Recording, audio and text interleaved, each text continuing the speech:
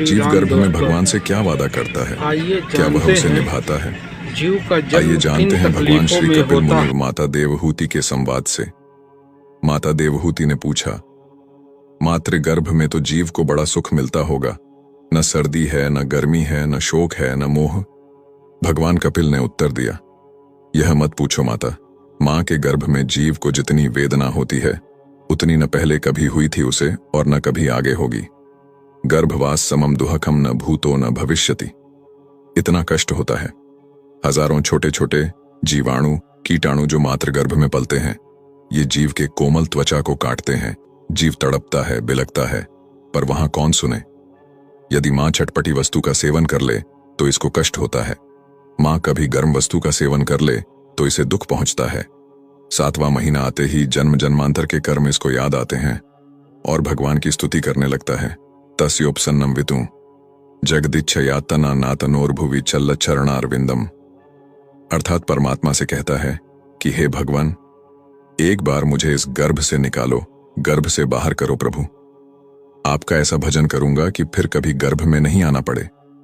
भगवान कहते हैं, तुम गर्भ में ही स्तुति करते रहो, बाहर आते ही इस कष्ट को तुम भूल जाओगे।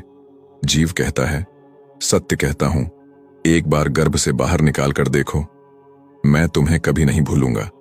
बड़ी बड़ी प्रतिज्ञाएं करता है। 9वां महीना पूर्ण हुआ, 10वां मास आरंभ हुआ और जैसे ही प्रसव की वायु का वेग आया, जीव मातृगर्भ से तुरंत संसार में आ जाता है। जीव संसार में आते ही प्रभु को भूल जाता है और भक्ति रहित कर्म करके दुख भोगता है। गुरु साधु शास्त्र अनादिकाल से कहते आए हैं, हरि का भजन करो, हरि है तुम्हारा। बाकी तो सब तो झूठ है, फरेब है, धोखा है। बुद्धिमान व्यक्ति ही हरि भजन कर सकता है। श्रीमद् भागवतम में भी यही उल्लेख है।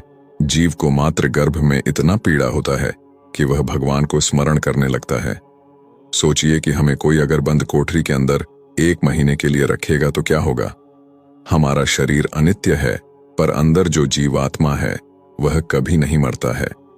क्योंकि जीवात्मा भगवान का अंश है, इसलिए वह भगवान को हर समय स्मरण करता है।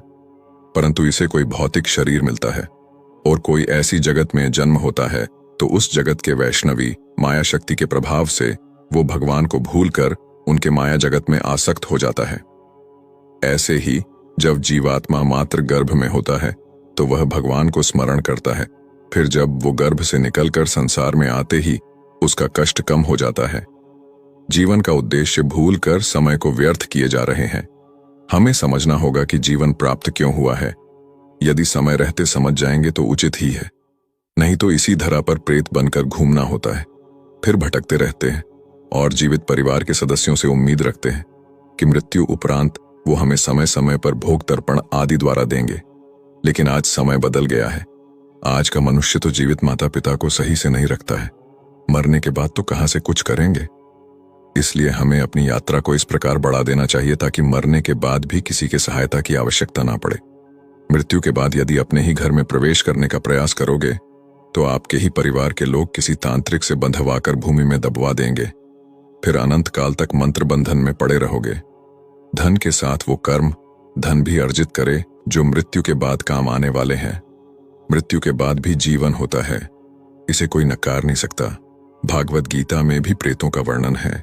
इस दिव्य ग्रंथ में कर्म से संबंधित फल का विस्तार से वर्णन किया गया है। आज समय है, कल तो मात्र पछतावा है।